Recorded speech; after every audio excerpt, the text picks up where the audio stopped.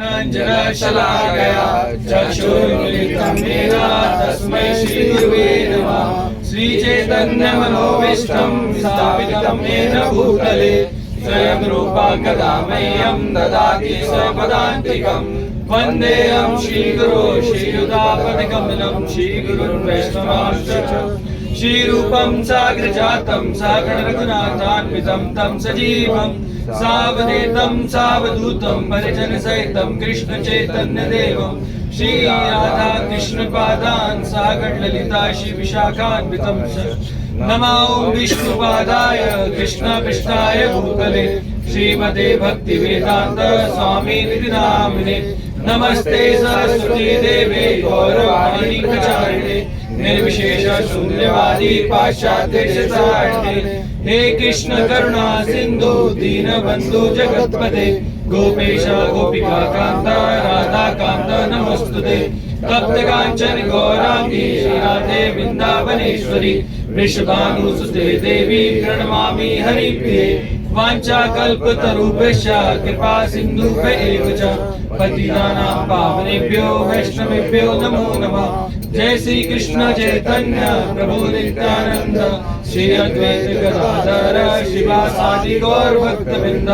हरे कृष्णा कृष्णा कृष्णा हरे हरे हरे राम राम राम हरे हरे।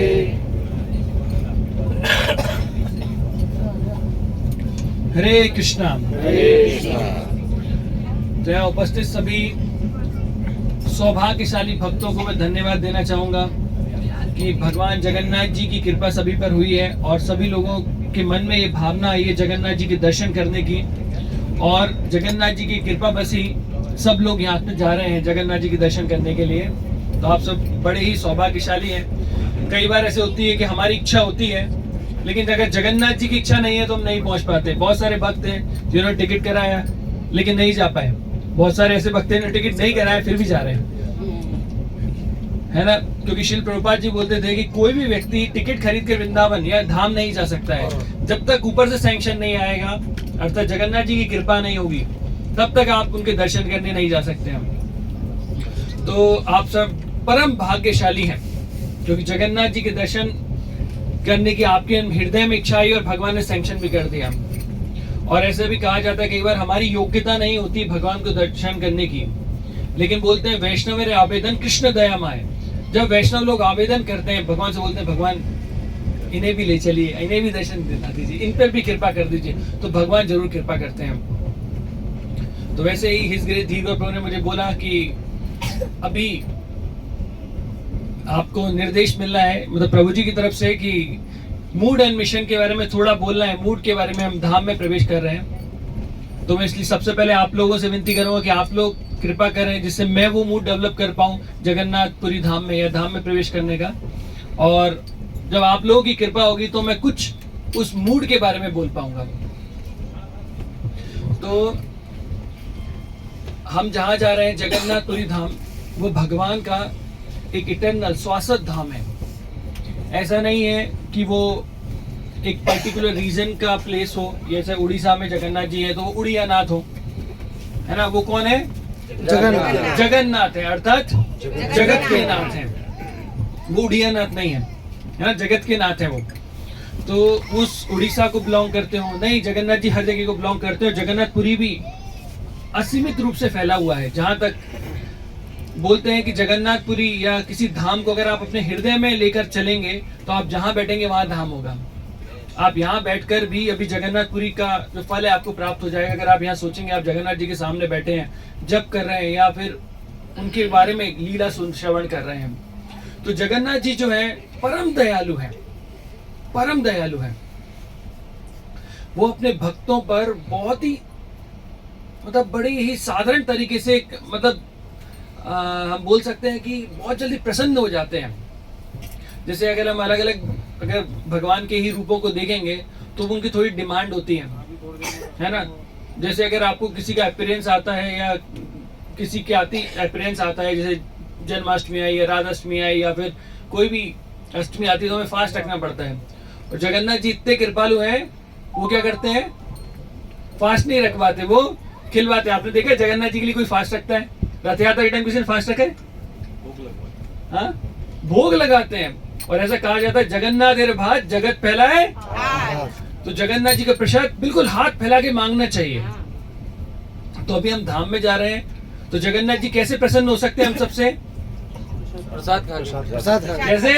प्रसाद खा के, है ना? तो जब हम भगवान का प्रसाद खाएंगे, जब मुझे याद है कि जब फर्स्ट टाइम जगन्नाथपुरी गए थे तो हमने भगवान के जब दर्शन कर रहे थे तो बहुत दूर से बड़ी भीड़ में हमें दर्शन हुए थे। दर्शन करके हम लोग बाहर निकल गए। हम दूसरे दिन भगवान के जगन्नाथ जी के दर्शन करने जा रहे थे। तो जब जगन्नाथ जी के दर्शन करने जा रहे थे उस समय पट भगवान के बंद थे, क्योंकि वो जगन्नाथ जी की इच्छा से ही पट खुलते हैं। आप ये नहीं बोल सकते जैसे हमारे इस्कॉन में 4:30 बजे मंगला आरती होती है, तो वहां पे कितने बजे होगी जगन्नाथपुरी में पता नहीं। जब जगन्नाथ जी की इच्छा होगी तब चालू हो जाएगा। तो हम लोग सब बैठे हुए थे, जगन्नाथ जी के दर्शन होंगे कब होंगे, बैठे हुए थे। तो एक भक्त ने कहा कि अभी तो टाइम लगेगा, चलो हम थोड़ा प्रसाद खा के आते हैं। तो वहां पे आनंद बाजार है। क्या ना, कौन सा नाम है? आनंद बाजार। आनंद बाजार। आनंद बाजार में क्या मिलता है? प्रसाद। आनंद ही मिलता है, जहाँ वही प्रसाद। तो प्रसाद वहां पे मिलता है, तो वहां पे हम जाके प्रसाद खा के आए जगन्नाथ जी का पहले। अब देखिए ये थोड़ा सा अजीब लग रहा है ना कि पहले प्रसाद खा के आए फिर दर्शन के लिए जा रहे हैं, वरना जब भी जाते हैं थोड़े भूखे पेट जाते हैं, भगवान के दर्शन करेंगे तब कुछ अन्न जल लेंगे। यहाँ पे जगन्नाथ जी का हम लोग प्रसाद ग्रहण करके आए, और जब गए तो फिर हमें पता चला कि उस समय गर्भगृह में जाने की अनुमति है। तो वो समय था कि जहाँ पर आप गर्भगृह में जाके दर्शन कर सकते हैं। तो जगन्नाथ जी को बिल्कुल पास में जाके दर्शन करके आए, है ना। जैसे हमारे जब अच्छा प्रसाद मिलता है तो हमारे पेट की फीस्ट होती है, और वैसे ही जगन्नाथ जी का जब साक्षात रूप का दर्शन हुआ तो आंखों की फीस्ट थी उस समय। जगन्नाथ स्वामी नयन पथगामी भवतु में, हम जगन्नाथ जी से बोल रहे हैं मेरे नयनों के पथ से चलकर आप आइए और मेरे कान हृदय में विराजित हो जाइए। तो वहाँ फीस्ट मिली। तो किसी एक भक्त ने उस समय में कहा कि देखो जगन्नाथ जी कितने कृपालु हैं, कल भूखे पेट आए थे तो दूर से दर्शन हुए थे, और आज जगन्नाथ का प्रसाद लेकर आए तो हमें कहाँ दर्शन हुए? पास में जाके दर्शन हुए। तो कहीं देखा है आपने इतने कृपालु, है ना? तो कहीं नहीं मिलेंगे आपको इतने कृपालु भगवान, जो आपके प्रसाद खाने से, केवल एक माँ होती है जो बच्चे के खाने पर खुश होती है ना। जैसे बच्चे ने अगर एक रोटी मांगी और माँ ने 2 दी और वो दोनों उसने खा ली, तो माँ बहुत खुश होती है ना। तो वैसे ही जगन्नाथ जी इतने कृपालु हैं कि सभी पे बहुत कृपा करते हैं। तो हम जगन्नाथपुरी में प्रवेश करने जा रहे हैं, तो हमारे मन में जगन्नाथ जी से प्रार्थना होनी चाहिए कि हे जगन्नाथ जी, कि मेरी आंखों के पथ पर आप सदा चलें। मैं जहां देखूं, आंखों के पथ पे चलने का मतलब होता है कि मैं जहां देखूं वहां आप ही दिखाई दें। जैसे हम बोलते हैं कृष्णा कॉन्शियसनेस या कृष्ण भावना में, तो इसका अर्थ होता है कि कृष्ण की भावना में रहना। जब आप सूर्य चांद को देखते हैं तो आप देखते हैं ये भगवान की 2 आंखें हैं। जब पानी को देखते हैं तो बोलते हैं कि भाई भगवान, इस पानी या जल का जो टेस्ट है, जो स्वाद है, वो भगवान है। तो हर जगह भगवान की उपस्थिति को महसूस करना, इसको बोलते हैं कृष्णा कॉन्शियसनेस। तो उसी तरीके से हम जगन्नाथ जी से प्रार्थना करेंगे हम हर जगह आपके दर्शन कर सकें। हम जहाँ पे प्रवेश जब कर रहे हैं तो भगवान हमारे हृदय में आपके लिए प्रेम लगातार बढ़ता रहे, आपके दर्शन हमें लगातार मिलते रहे। हम जितना हो सके आपकी सेवा में रहें, क्योंकि जितनी ज्यादा हम सेवा करते हैं तो सेवा करने के माध्यम से हमें भगवान के प्रति रुचि बढ़ती है। जितनी ज्यादा सेवा करेंगे उतनी ज्यादा रुचि बढ़ेगी, है ना। जैसे अगर आप 2 टाइप के रिलेशन होते हैं, एक माता पिता अपने बच्चे से प्रेम करते हैं और एक बच्चा अपने माता पिता से प्रेम करता है, किसका ज्यादा प्रेम का बहुत गाढ़ा होता है? माता पिता का, है ना। आपने देखा कि माता पिता ने बच्चों को त्याग दिया, बहुत कम ऐसे होते हैं। कलयुग है तो थोड़ा हो ही जाता है वल्लभ प्रभु जी, लेकिन बच्चे हमेशा छोड़ देते हैं। तो माता पिता का प्रेम बच्चे के प्रति अधिक क्यों होता है?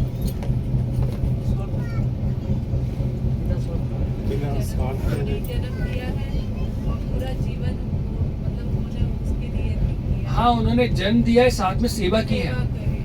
जब वो कुछ मिनटों का बच्चा होता है तब से लेके जब कुछ सालों तक हो जाता है, तब तक माँ बाप उसकी सेवा करते हैं। हर छोटी से छोटी चीज उसे देते हैं, हर तरह की सेवा उससे करते हैं, तो उस सेवा के माध्यम से उनके हृदय में प्रेम जागृत हो जाता है।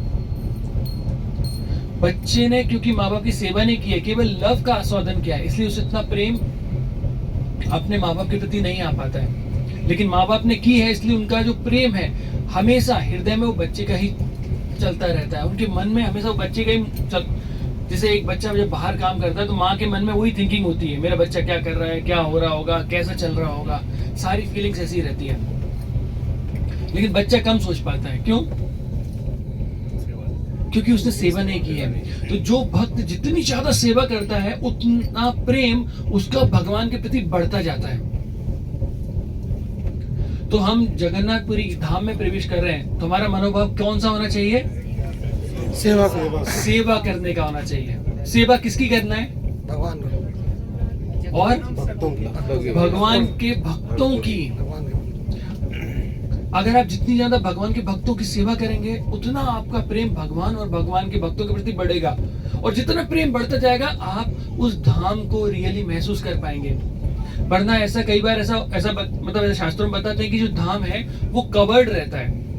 कवर्ड अर्थात वो एक आवृत है, उसके ऊपर एक कवरिंग है। आप धाम में जाएंगे, आप पूरी जाकर भी धाम के दर्शन नहीं कर पाएंगे। आप जाएंगे थोड़ा वो समुद्र को देखेंगे, आप देखेंगे कि वहां पे और कुछ भी बहुत सारी खरीदने वाली दुकानें हैं, है ना, बहुत सारी अलग अलग चीजें आप देख पाएंगे, लेकिन आप रियल धाम को नहीं देख पाएंगे। ऐसा बताते हैं स्कंद पुराण में कि जब देवी देवता जगन्नाथपुरी को देखते हैं ऊपर से, स्वर्ग से, तो उन्हें सभी लोग कीट तक, छोटे छोटे कीट, छोटे छोटे जंतु, पशु पक्षी सभी चतुर्भुज रूप में दिखाई देते हैं। तो ये उनका दृष्टिकोण है, क्योंकि वो वहां से देख पा रहे हैं, इतनी उन्नत चेतना है। अगर जगन्नाथपुरी धाम जाकर आपको दिखाई दे कि यहाँ पे गंदगी पड़ी हुई है, यहाँ पर वो ऐसा बोल रहा है, वहां वैसा बोल रहा है, तो गंदगी कहाँ की है? हमारे दिमाग की, हमारे मन की। क्योंकि धाम में तो ऐसा कुछ है नहीं, हम केवल कवरिंग देख रहे हैं। और भगवान भी बड़े मतलब चतुर होते हैं, वो देखना चाहते हैं कि आप क्या देखने आए हो। समुद्र में नहाने के लिए आए हो, मस्ती करने आए हो, या फिर रियली आपके हृदय में एक तीव्र इच्छा है भगवान को देखने की। तो हमारा मूड होना चाहिए सेवा भाव। जितनी ज्यादा सेवा करेंगे उतना आप भगवान को ज्यादा क्लोज से देख पाएंगे, है ना। जैसे एक माँ जितनी ज्यादा, क्योंकि माँ ने बहुत अधिक सेवा की होती है, रात भर तक बच्चे को वो मतलब वो जब रोता है बच्चा संभालती है, खिलाती है, पिलाती है, सब कुछ करते हैं। तो बच्चे का जो ख्याल है वो माँ के दिल में चलता रहता है। उसी प्रकार से एक भक्त जब भगवान को इतने प्रेम से सेवा करते हैं, हर तरफ भगवान को तभी देख पाते हैं वो। तो हम जब सेवा के भाव से भगवान के धाम में जाएंगे तो लगेगा। अभी मैं कल ही अपने घर पे, जब मैं अभी थोड़ा घर पे काम चल रहा है, तो मैं सुबह निकलता हूँ और मोस्टली टाइम जैसे 8-9 बजे सुबह निकल जाता हूँ अपने घर से, और शाम को 8-9 बजे लौट के आ पाता हूँ, क्योंकि कुछ रिनोवेशन स्कूल में चल रहा है। तो परसों की बात है, जब मैं घर पे लौट के आया तो दर्श, जो मेरा आप जानते 3 साल का बेटा है, वो खिड़की से इंतजार कर रहा था, पापा आ रहे हैं, पापा आ रहे हैं, पापा आ रहे हैं। और जैसे ही उसने मेरी गाड़ी आती हुई देखी, वो दौड़कर, जो हमारी गली है वहां से दौड़कर आया, और बिल्कुल जब मैं सीढ़ी चढ़ के फर्स्ट फ्लोर पे अपने घर के लिए तरफ आ रहा था, तो वो बिल्कुल दौड़ के मेरे पास में आया, और एक चेहरे पे स्माइल थी, और उसने डांस करना स्टार्ट कर दिया। डांस पापा का प्यार नहीं था, उसे पता है पापा आइसक्रीम लाएंगे, है ना। पापा आ गए तो हो सकता है वो आइसक्रीम का लबो, लेकिन उसने बड़े प्रेम के साथ हंसा और उसने डांस करना चालू कर दिया। और वो पूरा जो मेरी गली एक बालकनी है उसको कवर करते हुए, डांस करते हुए ही वेलकम करते हुए लेके आया। और जैसे अंदर आते पूछा, कुछ लाए हो? मैं ऐसे यस लेके आया हूँ, आइसक्रीम लेके आया हूँ। और उसने फिर अगेन डांस करना स्टार्ट कर दिया। तो मैं वहां से फील कर रहा था कि जब एक बच्चा इस तरीके से आता है, जब भाव कुछ भी हो, उसके मन में कुछ भी चल रहा है, पापा आइसक्रीम ला रहे हैं या कुछ भी भाव हो, लेकिन जब आप देखोगे कि आपके पास में आपका बेटा आया है और वो डांस करते हुए आपको रिसीव कर रहा है, कैसा लगता है आपको? खुशी होती है, खुशी होती है। कैसा लगेगा? आनंद प्राप्त होता है। उसके चेहरे पे स्माइल है और वो डांस कर रहा है आपके सामने। और क्यों डांस कर रहा है? क्या है? खुशी है। तो आप सोचिए कि जो लोग जगन्नाथ जी को देखकर डांस करेंगे, जगन्नाथ जी कैसा फील करेंगे? है ना? आप अगर हंसते हो स्माइल के साथ, आपकी आंखों में एक ईगरनेस है। वो मुझे बता रहा है कि 10-15 मिनट से वो लगातार खिड़की के पास बैठे थे, पापा आ रहे हैं, पापा आ रहे हैं। एक ईगरनेस थी, भाव था कि पापा के आने का इंतजार है। और आपके मन में वही इंतजार होगा कि हाँ, कब हम जगन्नाथपुरी पहुंचेंगे, कब हम श्री मंदिर जाएंगे और कब हमें जगन्नाथ जी के दर्शन होंगे। और उस हंसी के साथ, उस खुशी के साथ, उस प्रेम के साथ, उस सेवा के साथ, उस भक्ति के साथ जब हम जगन्नाथ जी के दर्शन करेंगे और जैसे हम बोलेंगे जगन्नाथ बलदेव सुभद्रा महारानी की जय और हरे कृष्ण महामंत्र का कीर्तन करेंगे तो जगन्नाथ जी कैसे देखेंगे? कैसे देखेंगे? बड़ी बड़ी आंखों से ऐसे। वैसे जगन्नाथ जी की आंखें कैसी हैं? बड़ी। हाथ कैसे है? फैलाए हुए हैं। लंबे लंबे। तो जगन्नाथ जी के वो हाथ लंबे लंबे किसके लिए है? आलिंगन करने भक्तों के लिए। किसके लिए आलिंगन? किसको आलिंगन करना चाहते हैं? भक्तों को। आप कौन है? भक्त। तो आपको आलिंगन करने के लिए जगन्नाथ जी ने हाथ फैलाए हुए हैं। जगन्नाथ जी की बड़ी बड़ी आंखें आपको देख रही हैं, सबको देखती है ना। किसने 16 माला की, किसने नहीं की, कौन ज्यादा सो रहा था, कौन पढ़ाई कर रहा था, कौन सेवा कर रहा था। तो जगन्नाथ जी वहीं से देख रहे हैं और तब से जगन्नाथ जी की नजरें आप पे, अच्छा कौन सेवा कर रहा है ना, और कौन चुपचाप से सो रहा है, सब देख रहे हैं जगन्नाथ जी। और किसके हृदय में ज्यादा प्रेम है मुझे देखने के लिए, भगवान वहां पे।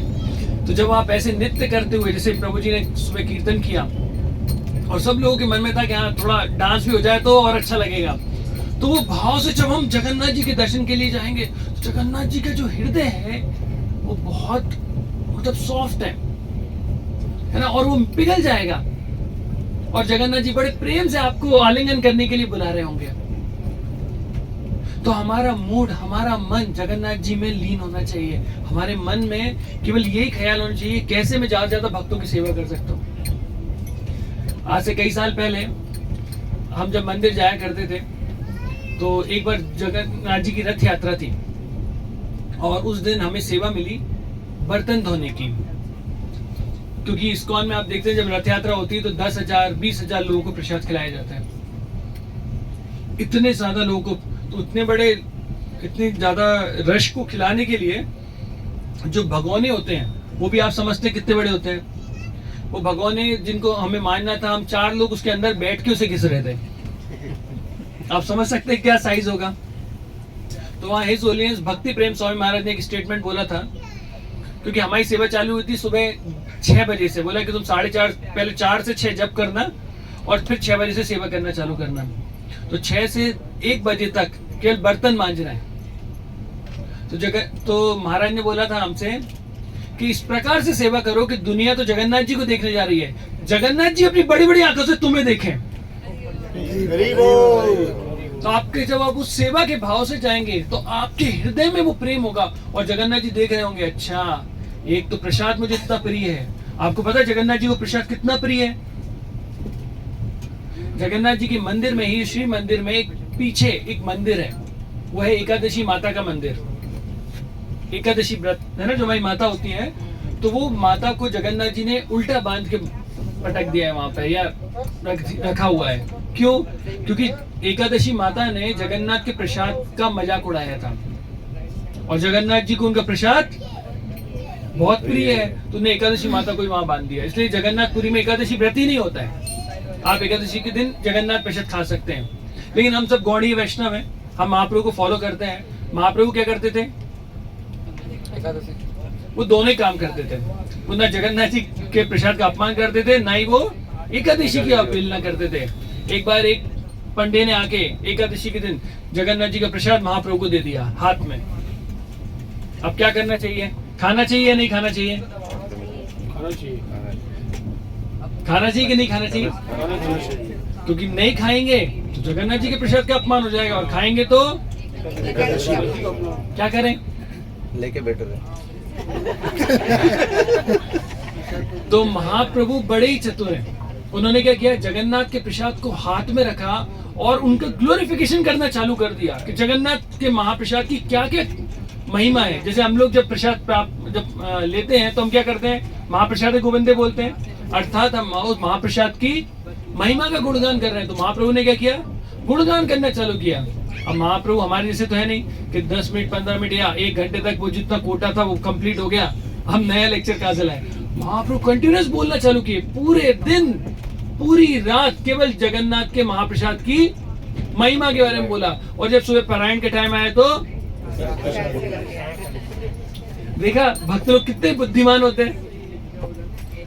तो हम लोग भी गौड़ी वैष्णव है, हम भी उस तरीके के ट्रेंड को फॉलो करते हैं।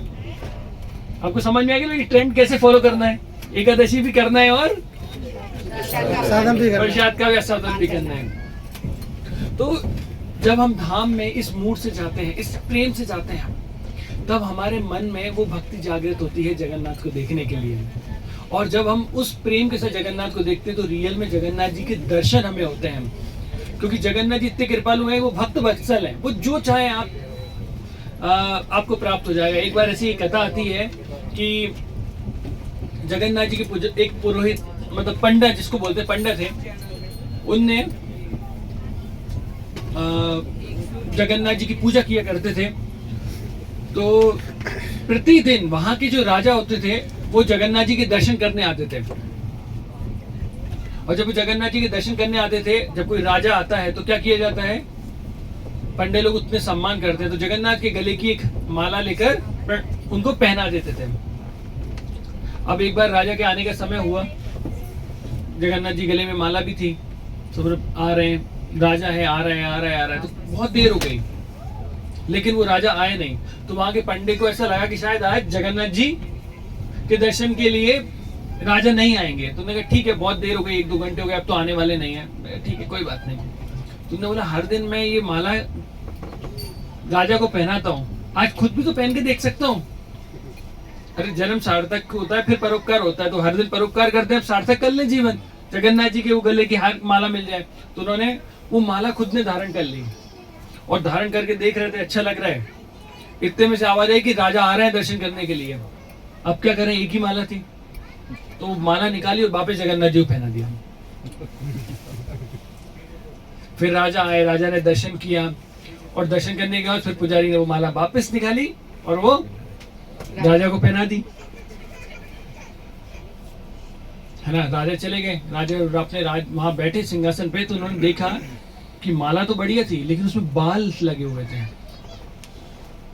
उन्होंने बाल देखा तो उनको थोड़ा एपिसोड समझ में आने लगा, फ्लैशबैक में जाने लगे क्या हुआ होगा। जगन्नाथ जी के बाल है क्या, नहीं है क्या, नहीं है, श्योर है कि नहीं, नहीं है, आवाज नहीं आ रही भाई, समझ में नहीं आ रहा है कि नहीं, मेरे को नहीं है, नहीं है, नहीं है। अच्छा, तो उन्होंने जगन्नाथ जी के तो बाल है नहीं, तो ये बाल कहाँ से आया। तो उन्होंने बोला, पंडित को बोला है, दूसरे दिन बोला आओ महल में आओ। तो उन्होंने पंडित से पूछा, आप प्रतिदिन मैं जाता हूँ, बड़े प्रेम से मुझे जगन्नाथ जी की प्रसादी माला देते हैं, मैं आपका बहुत ही कृतज्ञ, बहुत बहुत धन्यवाद आपका। कल भी आपने माला दी थी और उस माला में क्या था, बाल लगा था, ये बाल कहाँ से आया।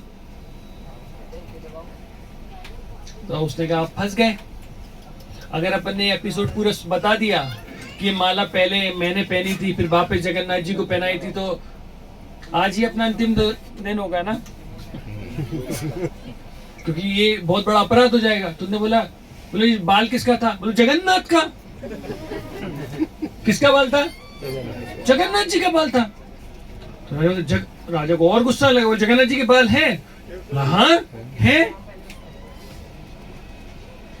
तो उन्होंने बोला ठीक है, बोला मैं कल आऊंगा जगन्नाथ जी के बालों के दर्शन करने के लिए। अब वो बोल तो दिया लेकिन एसी में भी पसीना आने लगा पंडा कि सॉरी, हरे कृष्णा। अब यहाँ पे बैठिए, आप इधर इधर आइए।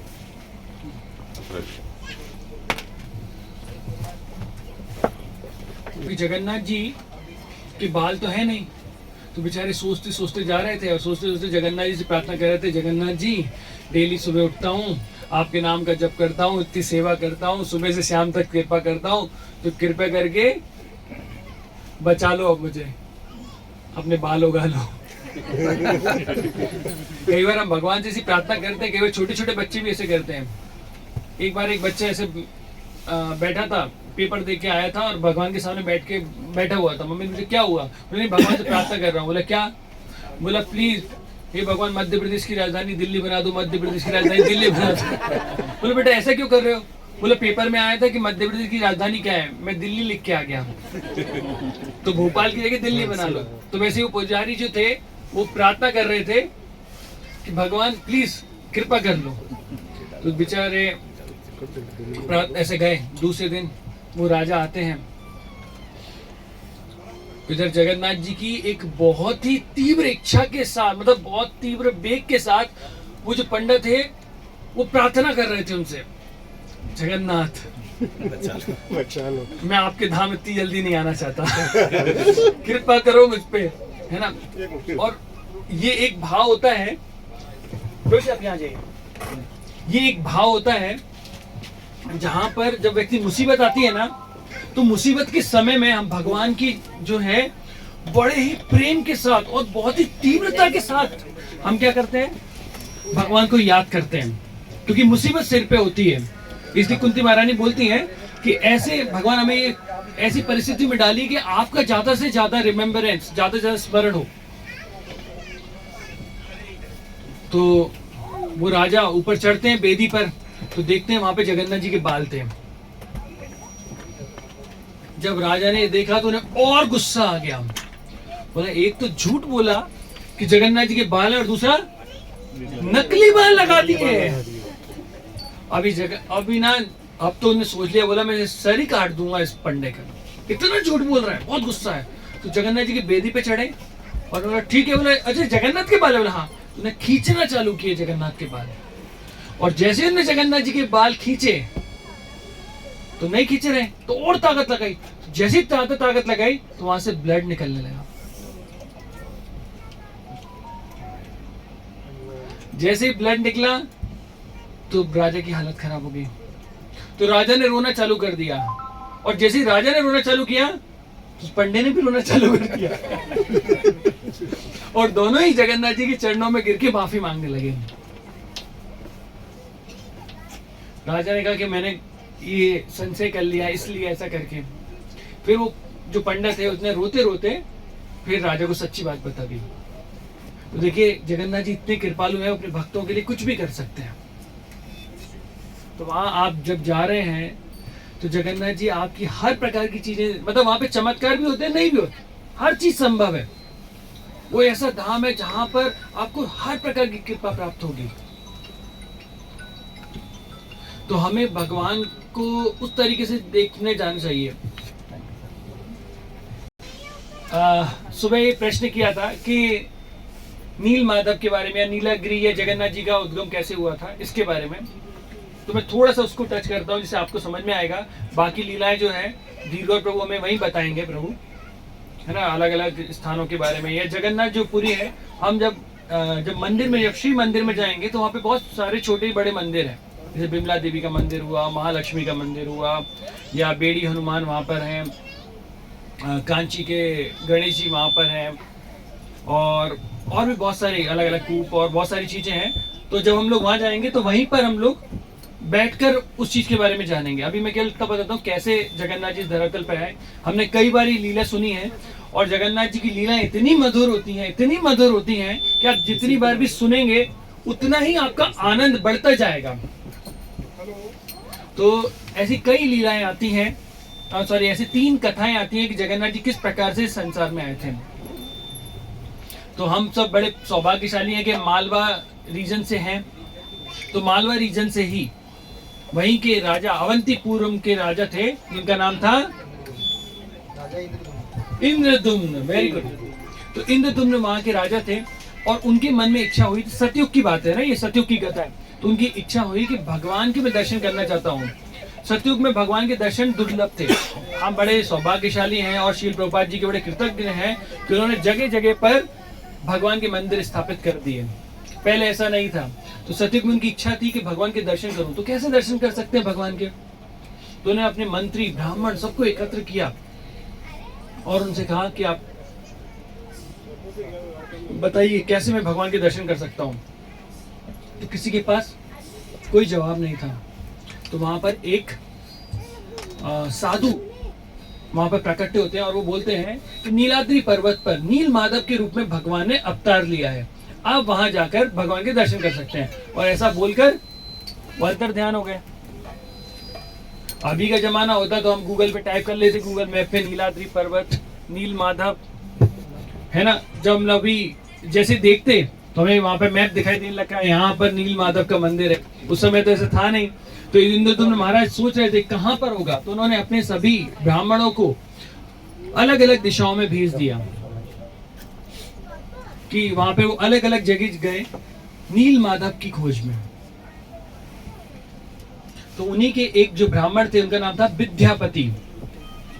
तो विद्यापति भी घूमते घूमते इस स्थान पर आए। और क्योंकि आप सोचिए हम लोग ट्रेन से जा रहे हैं और ट्रेन की जर्नी कितने घंटे की है? More than 24 hours. वो पैदल पैदल उज्जैन से जगन्नाथपुरी पहुंचे हैं।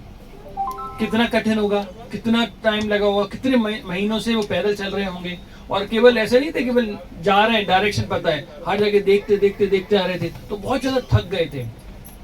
वो इतने थक गए थे कि वो एक शबर के घर पे जाके रुके और उन्होंने वहां पर एक शबर कुमार की बेटी थी जिसका नाम था ललिता। तो उन्होंने उससे कहा कि मैं बहुत थका हुआ हूँ, कृपया करके थोड़ा पानी मुझे दे दीजिए। तो वो थोड़ी संकोच में थी कि आप ब्राह्मण हैं और हम शबर हैं, क्या आप हमारे घर का पानी पियेंगे? उन्होंने बोला बिल्कुल पियेंगे, अभी बहुत ज्यादा थकान है। तो मैंने कहा ठीक है। तो उन्होंने उन्हें पानी पिलाया। उन्होंने बोला कि हमारा सौभाग्य होगा कि आप हमारे घर पे रुके हैं थोड़े समय के लिए, मेरे पिता आते ही होंगे। मैंने कहा ठीक है, बहुत अच्छी बात है। वो रुक गए। तब तक ललिता ने खाना वगैरह बनाया। फिर उनके पिता आए तो उन्होंने बताया कि ऐसी ऐसी बात है कि आज अवंतीपुर के ब्राह्मण हमारे घर पे रुके हुए हैं। तो उन्होंने बोला ये हमारा बड़ा सौभाग्य है। एक्चुअली अगर हमारे घर पे कोई वैष्णव आता है और वो प्रसाद ग्रहण करता है, हमारी सेवा ग्रहण करता है, तो रियल में ये सौभाग्य है हमारा। बताते हैं ग्रस्त जीवन में का क्या अर्थ है। ग्रस्त जीवन में जब व्यक्ति अपनी इंद्रियों को पूर्ण करने में रखा रहता है ना। एक डिवोटी बता रहे थे कि शादी के बाद मुझे एक मंत्र प्राप्त हुआ। वो कौन सा मंत्र था? लाओ मंत्र। ये लाओ वो लाओ, है ना। ये खत्म हो गया तो ये लाओ वो लाओ। तो लाओ मंत्र मुझे प्राप्त हुआ। तो क्या करते रहते हैं अपने जीवन में इंद्र तृप्ति के लिए साधन जुटाते रहते हैं, ये चाहिए वो चाहिए। तो ऐसी जगह पर अगर कोई साधु भगवान का भक्त आ जाए तो बताइए इससे बड़ा कोई सौभाग्य होगा? अगर वो हमारे घर में प्रसाद ग्रहण कर रहा है और हमारी सेवा ग्रहण कर रहा है तो उन्होंने कहा कितना बड़ा सौभाग्य है। और वो बोला हम शबर होकर और कहां से? उज्जैन से आए। तो उन्होंने बोला आप रुकिए, हम आपकी सेवा करना चाहते हैं। हमारे जैसा नहीं कि प्रभु जी कब तक रुकेंगे, कल तो ऑफिस जाने तो उन्होंने कहा कि नहीं आप रुकिए। तो उन्होंने सेवा ग्रहण की। तो फिर जो विद्यापति थे उनकी शादी हो गई ललिता के साथ में और वो ललिता के साथ वहीं उनके घर पे रहने लगे। और वहां पर विद्यापति ने देखा कि जो विश्व बसु थे रोज सुबह उठकर कहीं जाते हैं, मतलब रात को ही निकल जाते हैं और बिल्कुल सुबह सुबह लौट के आते हैं। और जब वो लौट कर आते हैं तो उनके शरीर से बहुत ही अलग अलग प्रकार की खुशबू आती है। तो उन्होंने अपनी पत्नी से पूछा कि तुम्हारे पिता कहाँ जाते हैं? और ऐसी उनके अंदर से इतनी अच्छी फ्रेग्रेंस, इतनी खुशबू आती है, ये कहाँ से है? तो उन्होंने बोला कि मेरे पिता नील माधव के दर्शन के लिए जाते हैं, वहां पूजा करने के लिए जाते हैं और वो किसी को बताते नहीं है उसके बारे में। तो उन्होंने बोला नहीं, लेकिन आपको तो आप पापा से बात करो कि भाई मुझे लेके जाए वहां पर, मैं भी दर्शन करना चाहता हूँ। क्योंकि उनके समझ में आ गया कि मैं तो नील माधव के लिए ही आया था यहाँ पर। तो विश्वसु ने कहा नहीं मैं नहीं लेके जाऊंगा। लेकिन क्या करें, कंवर साहब बोल रहे, किसकी इच्छा है? कंवर साहब की इच्छा है ना, दामाद की इच्छा है भाई। और बेटी के लिए कैसे मना कर दें? तो उन्होंने ठीक है लेके जाएंगे, लेकिन भगवान के प्रति प्रेम भी है, वो लेके जाएंगे लेकिन आंखों पर पट्टी बांध कर। मैं ठीक है, उन्होंने आंखों पर पट्टी बांध दी। जो विद्यापति थे उन्होंने ललिता से कहा कि मुझे कुछ राई दे दो हाथों में। अब ये तो उज्जैन के हैं, बुद्धिमान ब्राह्मण है ना। तो उन्होंने राई हाथ में ले ली अपने। क्यों? रास्ते में डालते जाएंगे। रास्ते भर तक डालते जाएंगे, जिससे दोबारा जाने से पहले उन्हें पता है कि जल्दी तो आने वाले नहीं, 2 दिन में जब आएंगे तब तक ये राई के पेड़ बड़े हो जाएंगे धीरे धीरे हमें। तो वो उसने आंखों पे पट्टी बांधी और धीरे धीरे करके वो राई के दाने वो फैलाते चले गए। और जब वो नील माधव के पास पहुंचे, उन्होंने वहां पे भगवान के दर्शन किए। वहां पे कई देवी देवता आए, उन्होंने भगवान की स्तुतियां गाई। इन्होंने भी, शबर कुमार ने भी भगवान की स्तुति गाई। और इसके बाद शबर कुमार ने कहा कि आप यहाँ पर भगवान के दर्शन करो, मैं थोड़ा उनकी पूजा पाठ के लिए कुछ सब्जियां, फल, फूल ये लेकर आता हूँ।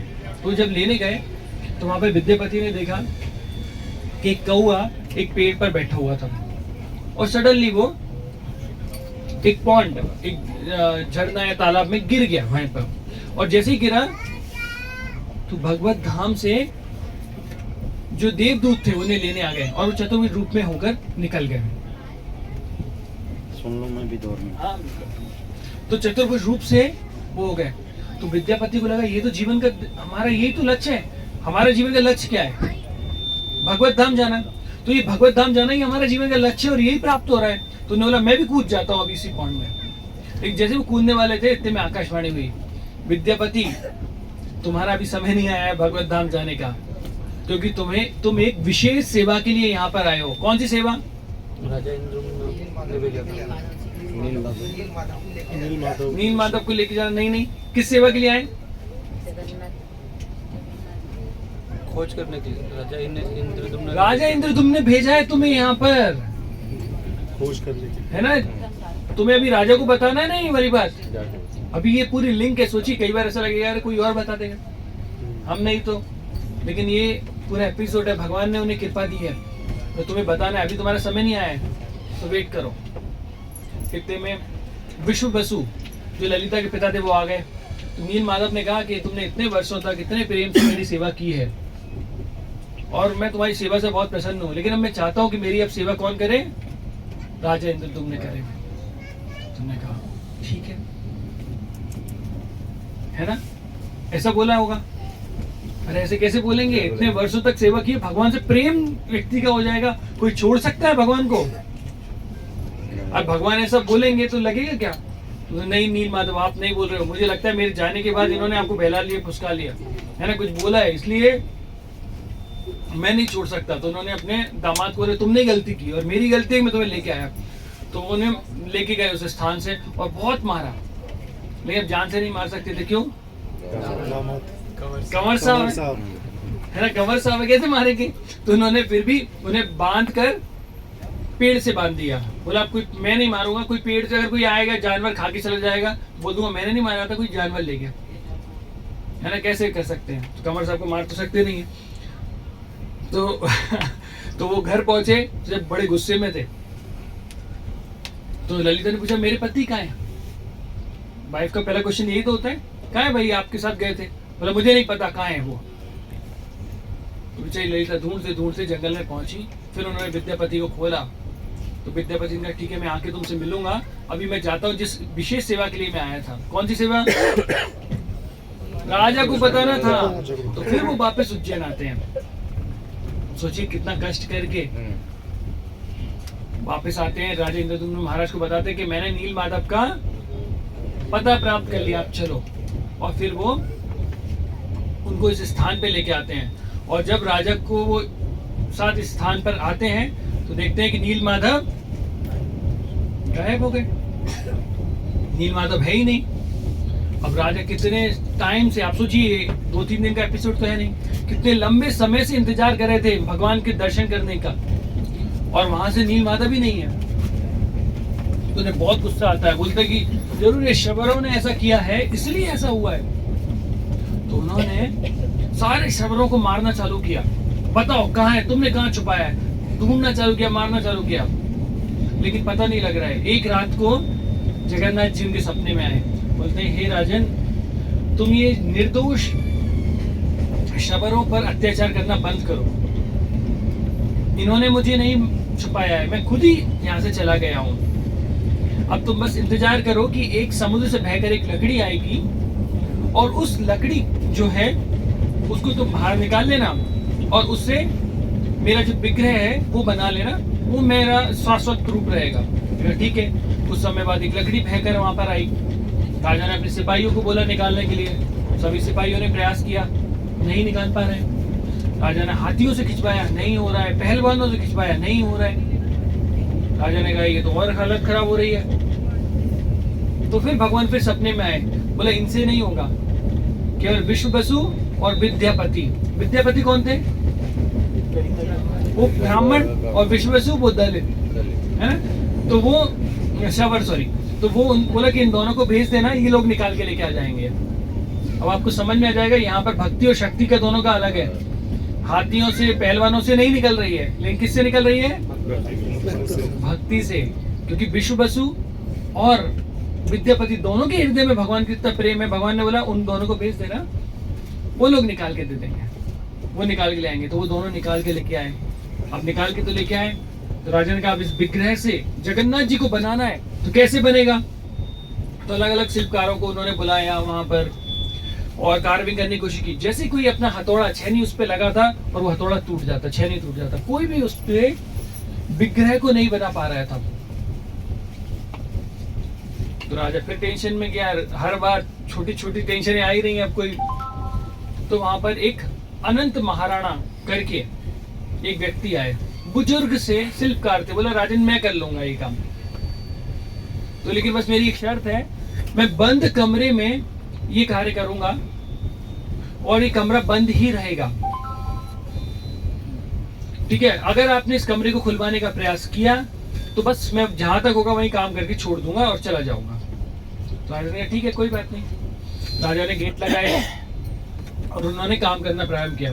फिर उनको टक टक टक टक टक टक उसकी आवाज चालू, तो गेट के बाहर से सुन रहे थे वो आवाज आ रही थी टक टक टक टक छेनी हथौड़े की। और उनको समझ में लगा। कुछ टाइम बाद वो आवाज आना बंद हो गई। अब जब आवाज आना बंद हो गई तो थोड़ी टेंशन होने लगी, क्या हो रहा है क्या हो रहा है। तो इंद्रदम्न महाराज की पत्नी थी, इनका नाम था गुंडीचा महारानी। तो गुंडीचा महारानी ने इंद्रदम्न महाराज से कहा कि क्या बात है, क्यों आवाज नहीं आ रही? कहीं ऐसा तो नहीं वो इतना बुजुर्ग शिल्पकार था, कहीं उसकी मृत्यु हो गई हो, कुछ हो गया हो, तो हमें देखना चाहिए गेट खोलकर।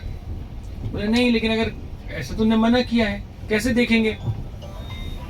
बोला नहीं, क्योंकि इतने दिनों से वो बंद है कमरे में, ना उसने खाया है ना पिया है ना सोया है, कुछ भी नहीं किया है, हो सकता है कुछ प्रॉब्लम हो।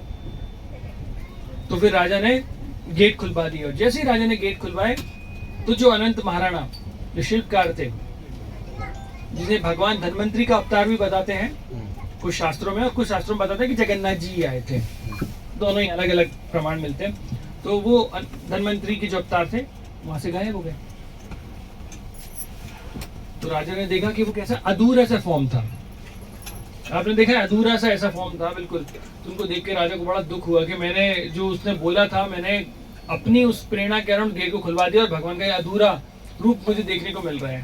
बोला ये मेरी गलती है, इसलिए उन्होंने कहा कि अब मेरे शरीर रखना ही नहीं है, और उन्हें अन्न जल त्याग करके बोला अब मुझे इस शरीर को त्याग देना है। तो उन्हें त्यागना चालू कर दिया। तो मरणासन आसन पे बैठ गए अन्न जल त्याग कर। फिर जगन्नाथ जी की फिर आकाशवाणी उनको हुई। उन्होंने बोला हे राजन, आप व्यर्थ में ही परेशान मत हो, अपने आप को इतना कष्ट मत दो। ये मेरा जो रूप है वो कैसा है? ये शाश्वत रूप है। मैं भगवत धाम इसी रूप में हूँ, और अब मैं तुम्हें इसी रूप में दर्शन दूंगा। भले ही मेरे पैर नहीं है, लेकिन सब पैर वालों से सभी से तेज दौड़ सकते हैं। भले ही हाथ नहीं है, लेकिन सभी को आलिंगन करने के लिए भगवान तैयार हैं, और हर तरह की चीजों के लिए, है ना। मैं अपने उन्होंने बोला ये बहुत बड़ा प्रेम का मेरा रूप है। तो फिर इसके बाद ये जगन्नाथ जी का जो मंदिर था ये उन्होंने स्थापित कराया। और वो चाहते थे कि इस मंदिर को स्थापना करने के लिए स्वयं ब्रह्मा जी को लेके आते हैं। प्राण प्रतिष्ठा करानी है ना, तो प्राण प्रतिष्ठा कराने के लिए बोला ब्रह्मा जी को लेके आएंगे। तो ब्रह्म लोग गए वो जगन्नाथ जी की प्राण प्रतिष्ठा कराने के लिए ब्रह्मा जी को लेने के लिए। तो ब्रह्मा जी के पास पहुंचे। ब्रह्मा जी तो उधर बोला कि रुको, दो सेकंड रुको, ब्रह्मा जी आ रहे हैं। 2 सेकंड बाद ब्रह्मा जी आए। तो ब्रह्मा जी ने पूछा राजेंद्र महाराज आप यहाँ आए किसके लिए? बोला मैं चाहता हूँ जो मैंने जगन्नाथ जी का मंदिर बनाया है उसकी आप प्राण प्रतिष्ठा करो। बोला कौन सा मंदिर? आप कहाँ पर हो, आपको पता है? कहाँ पर है आप? ब्रह्मलोक में। तो यहाँ तक आने में और जाने में कितने टाइम निकल गया है, तुमको पता ही नहीं होगा कितनी सदियां निकल गई। बोले नहीं फिर भी आप चलो मेरे साथ में। तो वो ब्रह्मा जी को यहाँ लेके आते हैं, क्योंकि तब तक तो कितनी सदियां, कितने टाइम कितना निकल चुका था, क्योंकि ब्रह्मलोक का तो अलग टाइम चलता है ना, वो 2 सेकंड में इतने 2 सदियां निकल गई थी। तब तक वो एक्चुअली जो मंदिर था जगन्नाथ जी का, वो धूल से पूरा ढक चुका था, पूरा का पूरा मंदिर। अभी आप देखेंगे इतना बड़ा मंदिर कैसे पूरा धूल में चला गया। तो वहीं पे एक राजा था जो वहाँ पे राज करता था, तो एक दिन वो अपने घोड़े से जा रहा था, तो घोड़े का पैर सुदर्शन पे फंस गया था, चक्र है ना। तो उसने बोला ये क्या है जो मेरे घोड़े को गिरा दिया, तूने खुदाई कराई, तूने जगन्नाथ जी का ये मंदिर मिला, इधर इंद्रदुम्न महाराज आए। तो राजा ने कहा बोला ये मंदिर मैंने बनवाया है। तो राजा इंद्रदुम्न महाराज नहीं, ये तो मैंने मंदिर बनवाया है। तो इसका साक्षी देने के लिए वहीं पर एक बरगद का पेड़ था, और बरगद के पेड़ पे एक कौआ बैठा हुआ था। उस कौए का नाम क्या था? हाँ किसी बताए? काकभुसंडी। अभी भी हम जाएंगे ना तो वहां पे वो बरगद का पेड़ आपको दिखाई देगा, और अगर भक्ति होगी तो काकभुसंडी जी भी दिख जाएंगे। तो वो कौए, उन्होंने बोला कि नहीं मैंने देखा है ये मंदिर राजेंद्र तुमने बनवाया था, पूरा उन्होंने कथा बताई। और फिर ब्रह्मा जी ने कहा देखिए भाई मैं इनकी क्या प्राण प्रतिष्ठा करूं, हमारे प्राण देने वाले तो जगन्नाथ ही हैं। तो उन्होंने केवल सुदर्शन, उसके फ्लैग जो है, फ्लैग जो झंडा है वो करके ब्रह्मा जी वापस चले गए। फिर जगन्नाथ जी की प्राण वहां पे सेवा चालू हो गई। और इसलिए ये भी बताते हैं कि दूर से अगर जो सुदर्शन या झंडे के दर्शन करता है उसे वही लाभ प्राप्त होता है जो जगन्नाथ जी के दर्शन के से होता है। हरि बोल। तो आप जब दूर से भी देखेंगे तो जगन्नाथ जी का वो झंडा और सुदर्शन दिखाई देगा आपको, समझ लीजिए आपको उतना ही फल प्राप्त हो जाएगा। जब जगन्नाथ जी वहां पे आ ही गए तो जगन्नाथ जी ने बोला मैं बहुत खुश हूँ इंद्र, तुमने महाराज क्या मांगते हो मांगो। तो बोला 3 वरदान चाहिए। कितने वरदान? 3 वरदान। मैंने कहा ठीक है बताओ। बोला पहला वरदान, भगवान आपके ना को कभी भी हाथ सूखने नहीं चाहिए। दूसरा वरदान, आपके जो पट है वो 3 घंटे से ज्यादा नहीं लगना चाहिए, इससे ज्यादा विरह हम सहन नहीं कर पाएंगे। मतलब 24 घंटे में से आप 3 घंटे रेस्ट करो, 21 घंटे दर्शन दो भक्तों को। और तीसरा, मेरी कोई संतान नहीं होनी चाहिए। तो पहले जो उनका वरदान था, मतलब जो उन्होंने मांगा था, हाथ नहीं सूखना चाहिए, मतलब है जगन्नाथ जी को बोल रहे हैं हम जितनी टाइम आपको भोग लगाएंगे उतने टाइम आपको खाना पड़ेगा। अब आप समझ रहे हाथ नहीं सूखना मतलब कितने टाइम भोग लगता है। इसलिए वर्ल्ड की सबसे बड़ी किचन जो है वो कहाँ पर है? जगन्नाथपुरी में। और माता अन्नपूर्णा ही वहां पर कुकिंग करती हैं। 772 चूल्हे, हम सबको ये देखने का मौका मिलेगा वहां पे। हम लोग देख सकते हैं कि किस प्रकार से वो खाना पकता है वहां पर। अद्भुत लीलाएं हैं कि 7 पॉट रखे रहते हैं। सबसे पहले ऊपर वाला पकता है, साइंस की धज्जियां बगड़ती है। तो वो जगन्नाथ मंदिर में जाके हमको दिखाई देगा। और वो हमेशा भगवान को भोग लगता ही रहता है। अभी क्या चल रहा है? भोग लग रहा है। अभी क्या चल रहा है? भोग लग रहा है। अभी क्या चल रहा है? भोग लग रहा है। और अद्भुत, फिर वो प्रसाद जाता है कहाँ पर? आनंद नगर बाजार। आनंद बाजार में। अभी भले ही आपने आपका काउंट वहां पे दिया है कि नहीं दिया है प्रसाद का, जगन्नाथ जी ने सेटिंग कर दी है।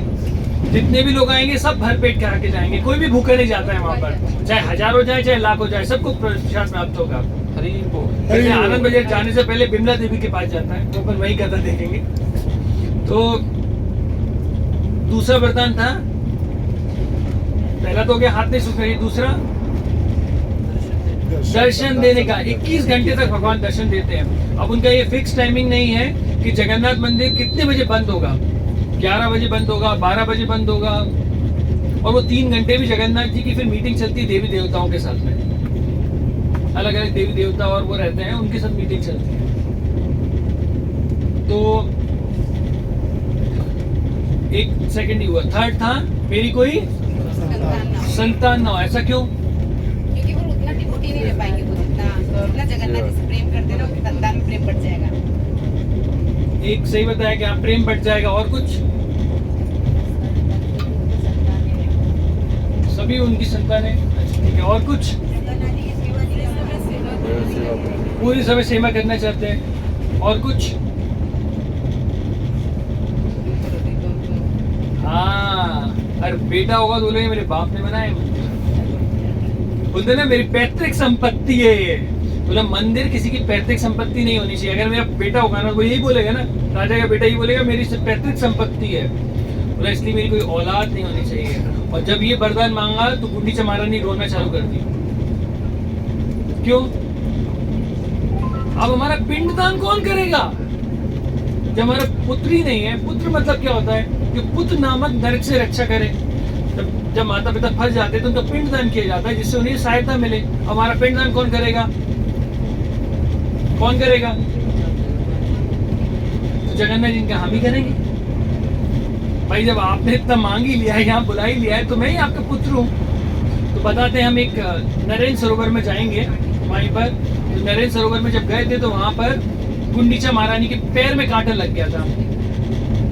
तो माँ के पैर का कांटा कौन निकालेगा? बेटा। जगन्नाथ जी पुत्र। कौन निकालेगा? तो जगन्नाथ जी आए और पिंडदान करने भी आए, क्योंकि उन्होंने बना लिया। और हमेशा जो रथ यात्रा जाती है वो जगन्नाथ मंदिर से गुंडीचा महारानी के मंदिर में जाती है। और वो 2-3 मिश्रण है, वहाँ की लोकल चीजें हैं। मतलब कई बार कथा आप सुनेंगे ना तो वहाँ की एक लोकल कथाएं होती हैं, है ना। वहाँ पे ऐसा ऐसा चलेगा, ऐसा ऐसा चलेगा। फिर एक वृंदावन से रिलेटेड कथा होती है। तो ऐसे ये एक कथा आती है जगन्नाथ जी के यहाँ पे अवतरण होने की। और 2 कथाएं और आती हैं। और एक आती है सूर्य ग्रहण के समय में, जो कुरुक्षेत्र से सभी लोग कुरुक्षेत्र में जाते हैं द्वारिका से, जिससे भगवान क्या बोलते हैं ग्रहण के समय में अच्छे तरीके से पुण्य कर सके। ऐसे बताते हैं ग्रहण का समय होता है पुण्य करने के लिए। जब ग्रहण का समय आए तो भगवान के नाम का जप कीजिए, वो ज्यादा गुना फायदा मिलता है। तो द्वारका से सभी लोग, भगवान कृष्ण, बलराम, सुभद्रा महारानी, रानियां तो नहीं थी, माताएं लोग, सब लोग गए थे। वहां पर जब वो गए तो वहां पर ये न्यूज वृंदावन वासियों को पता लगा कि द्वारका से भगवान कृष्ण आए हैं। तो द्वारका वासी, सारे वृंदावन वासी कुरुक्षेत्र के मैदान में पहुंच गए। और वहां पर उन्होंने देखा कि तब तक सब लोग सारा जो नहा धोकर सब कुछ करके वो जा रहे थे, रथ पर विराजमान हो गए थे। और उस समय सारे वृंदावन वासियों ने जाकर भगवान के घोड़ों के रथ, मतलब जो घोड़े थे उनको पकड़ लिया। बोला आप जा नहीं सकते हो। और वो घोड़े खींच कर वो लेकर जाने लगे वृंदावन की ओर। जो मैंने आपको शुरू बताया था कि हाँ, क्या आप वो कृष्ण नहीं हो जिनको हम प्रेम करते हैं, तो हमको तो वही कृष्ण चाहिए। इसकी भी अलग अलग लीला आती है कि कैसे किडनैप करके लेके जाते हैं, फिर वहां पर वापस नारद जी और वो एक संवाद होता है। एक और कथा जो आती है वो ये आती है कि भगवान कृष्ण जब द्वारका में थे तो रोज जब रात को सोते थे तो हे कालिंदी, हे राधे, हे यमुना, अलग अलग गायों के नाम लेते थे, अलग अलग गोपियों के नाम लेते थे, अलग अलग चीजों के नाम लेते थे। तो वहां की जो रानियां थी वो सोच रही थी कि 16,000 रानियां हैं और ये सारी रानियां लक्ष्मी देवी का ही अवतार है, इतनी सुंदर है। और द्वारका मतलब इतना ऑपुलेंस वहां पर है, इतना वैभव वहां पर है, लेकिन फिर भी भगवान क्यों बार बार राधा रानी उन सबको क्यों याद करते हैं? तो उन्होंने रोहिणी जी से पूछा कि क्या कारण है माता, कि क्यों ये ऐसे भगवान ऐसा क्यों करते हैं? क्योंकि आप सोचिए, आपने देखा कभी बच्चों के एग्जाम रहते हैं तो रात को सोते हैं तो सोते समय भी जब बड़बड़ाते रहते हैं वही एग्जाम की बातें हैं, या हमारे मन में कुछ चिंता चलती है तो हम जब सो रहे होते हैं तो वही चीजें चल रही होती हैं। बहुत सारे आप जैसे होंगे ट्रेन छूट तो नहीं गई, हम ट्रेन में बैठ गए, निकल तो नहीं जाएंगे, तो सब चिंताएं चलती हैं। तो भगवान केवल यही नाम लेते रहते थे। तो रोहिणी जी ने कहा कि मैं तुम्हें ये सारी चीजें बताऊंगी, लेकिन भगवान कृष्ण और बलराम के सामने नहीं, क्योंकि अगर मैंने बता दिया तो फिर प्रॉब्लम हो जाएगी। तो मैंने कहा ठीक है। बोला जब ऐसा समय देखेंगे जहाँ पर भगवान कृष्ण और बलराम जी नहीं होंगे। तो एक बार भगवान कृष्ण और बलराम जी से मतलब गए थे दूसरी जगह पर, तो उस समय 16,000 रानियों ने माता रोहिणी से कहा कि अब आप हमें बताइए कि क्या हुआ। तो वहां पे भागवतम क्लास हुई चालू, जहाँ पर वृंदावन पास टाइम रोहिणी जी ने बताना चालू किया कि वृंदावन वासी कैसे थे और कैसे भगवान से प्रेम करते हैं, क्या उनकी भक्ति है। लेकिन फिर भी रोहिणी जी ने कहा कि भरोसा नहीं, भगवान कृष्ण बलराम आ गए तो उनको कौन रोकेगा, भगवान को कौन रोक सकता है, भक्त लोग ही रोक सकते हैं ना, लेकिन भक्त लोग भी रोकेंगे नहीं भगवान को। इसलिए उन्होंने सुभद्रा महारानी को खड़ा कर दिया, वो छोटी बहन है, वो रोक सकती है, छोटी बहन है, तो उनको गेट पे खड़ा कर दिया, आप यहाँ गेट पर रहो। और गेट पे खड़े होने के बाद बोला यहाँ पे आप रुक जाओ, कृष्ण और बलराम आए तो हमें बता देना। तो फिर रोहिणी जी ने भगवान की लीलाओं के बारे में बताना चालू किया, वृंदावन में ऐसा है, भगवान ऐसे करते थे, ये लीला होती थी, ये सब करते हुए वो जब कोई हरि कथा करता है ना तो वहां पर समय का कोई पता नहीं लगता है। तो वो रोहिणी जी बिल्कुल बताना चालू कर दिया उन्होंने, वो खो गए, 16,000 रानियां सुन सुन के वो खो गई। इतने में भगवान कृष्ण और बलराम जी आए, सुभद्रा महारानी सुन ही रही थी तो वो भी उस लीला में चले गए। तो जब बोलते हैं, जब भाव आता है, आपने देखा कि मेरे बाप को जब बहुत सारे भाव आते हैं या कुछ ज्यादा खुशी होती है तो मेरा गला होता है वो अवरोध हो जाता है, आवाज नहीं निकलती है। जैसे माएँ होती है ना, जब भर गई तो रोएंगी लेकिन आवाज नहीं निकलेगी, तो वैसे सुभद्रा महारानी के भी गला भर गया है, अभी कुछ कर नहीं पा रहा है, बोल नहीं पा रही हैं। और जब कृष्ण बलराम ने सुनना चालू कर दिया तो उन्होंने केवल बस रोकने के लिए अपने हाथ जो थे वो फैला लिए, जब भगवान कृष्ण बलराम अंदर ना जाए, लेकिन कुछ बोल नहीं पा रही हैं, उधर वो भी कथा में लगी हुई हैं, उनके मन में भी वही भाव है। तो भगवान कृष्ण और बलराम ने जब वो वृंदावन की कथाएं सुननी चालू की तो उनका जो रूप था वो पिघलना चालू हो गया, धीरे धीरे धीरे धीरे करके वो बहने लगा, और वही वृंदावन वासियों को आलिंगन करने के लिए उनके हाथ आगे बढ़ने लगे, शरीर अपने आप अंदर घुसने लगा, आंखें बड़ी बड़ी होने लगी। और वहां पर उन्होंने जो अपना शाश्वत भगवान कृष्ण ने, बलराम जी, सुभद्रा महारानी ने जो रूप बताया, वो सबसे पहले नारद मुनि वहां पर आए और उन्होंने दर्शन किया कि भगवान का ये प्रेम का रूप है, और भगवान केवल अपने भक्तों को आलिंगन करना चाहते हैं। और बस उसी रूप में भगवान ने सबको दर्शन दिए। और वही जगन्नाथ बलदेव सुभद्रा महारानी पुरी में अभी वहां पर है अपने भक्तों पर कृपा करने के लिए। और श्री प्रभुपाद जी की कृपा से, श्री भक्तिचार्य स्वामी गुरु महाराज की कृपा से और जिन भक्तों की कृपा से हम सब भी जगन्नाथ जी के दर्शन करने जा रहे हैं। बोलिए जगन्नाथ बलदेव सुभद्रा महारानी की जय, जगत गुरु श्री प्रभुपाद की जय।